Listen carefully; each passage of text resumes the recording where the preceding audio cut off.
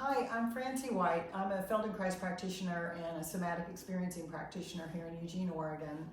And I have a little 5-minute Feldy for you that is called Prelude to Walking, and it goes along with the longer audio lesson, Prelude to Walking, Part 1. So this is Part 1. And it's about coordinating the movement of the shoulders and the hips. We're going to do it out of gravity so we can find those connections, and then it'll make things easier when we actually stand up. So just start by lying down on the floor on your back and just notice how your body is making contact with the floor. Just notice the places that are making contact and the places that aren't, because it can sometimes change by the end of the lesson. And just notice. We never judge, we just notice. So bring your feet up to standing. And we're going to start with this simple movement of just pressing one foot and lifting the hip. The knee should go straight out, not to the side, but straight out. And then just do that alternating back and forth. So you're just lifting one hip by pressing on a foot. And the important thing is not this movement. The important thing is actually bringing your sensory awareness to the movement. So notice what's happening in your hips as your hip is lifting. Notice the connection between your foot that's pressing. The impulse goes all the way up the leg into the hip, and then the hip joint rises.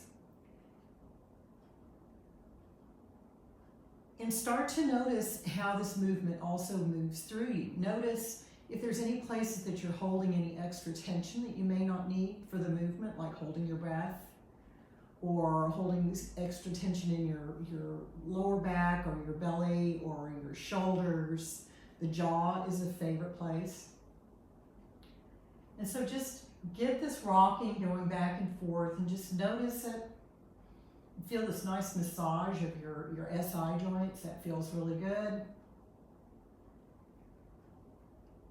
And then let that go and rest for just a moment. Now the next thing we're going to do is lift the shoulders. So just take one shoulder and lift it up a little bit off the floor, and then lift the other shoulder off the floor. And just notice how you do this. So lifting the shoulder isn't important, it's noticing. And the awareness for your nervous system to learn and record what muscles are necessary, what connections are necessary in order to do this movement.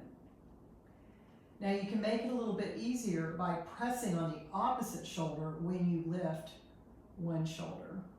And notice that that helps lift the shoulder. And release your neck so that your head can move. Again, notice if you may be holding any extra tension anywhere. And just notice how this movement moves through you. Can you feel the movement in your neck and your head? And where can you feel it in your upper back? Can you feel any of the impulse in your pelvis, in your hips? And always just notice, we don't judge. Now the other caveat too is to always stay underneath any level of pain or discomfort, even if it means you don't move. So if this is all you can do, then just do that. The nervous system can't tell the difference. It's still going to be able to record a more efficient way to do the movement. It's going to notice. If you try and do a movement when you're in pain or discomfort, the nervous system is going to notice that instead. So we want to make sure we stay underneath any level of pain or discomfort, even if you're not moving. So that's the movement of the shoulders, and that's the movement of the pelvis. So now let's put them together and lift the same hip and the same shoulder on either side, and just notice how you roll a little bit back and forth.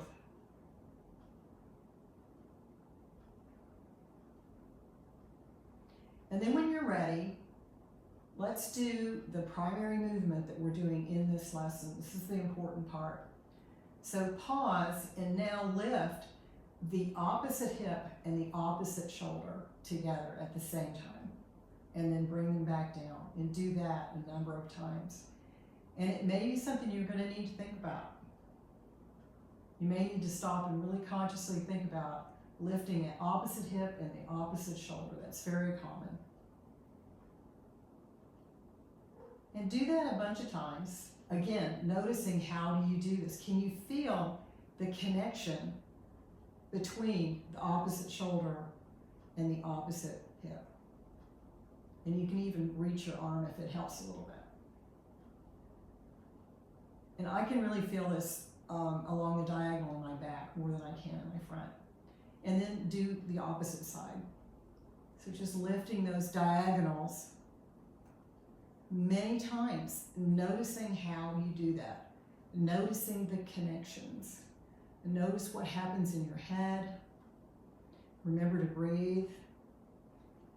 And then see if you can alternate these diagonals. So the point of this lesson is that this is walking. We have a contralateral movement in walking that allows us to stay upright and move through space using the least amount of effort and wear and tear on our joints. So just see if you can build up to this, and then let that all go. Again, notice your contact with the floor and see if it's changed. Oftentimes you're going to be able to feel more contact with the floor than you did at the beginning. And then let that go. And I think you'd be surprised if you did this movement every single day. I think you'd be surprised at how much this will make your walking much easier, and just being upright in space. This contralateral movement is what allows us to walk through space against gravity. So thanks for watching. Be sure to sign up for my YouTube channel, subscribe to my YouTube channel for more videos. And I also have a website called integratedselfeugene.com where you can purchase the longer lessons, the audio lessons, and I always include these 5-minute feldies in it. And I also have a subscription on my website, and you can subscribe to get my mini course, Feel at Home in Your Body, for free in your mailbox.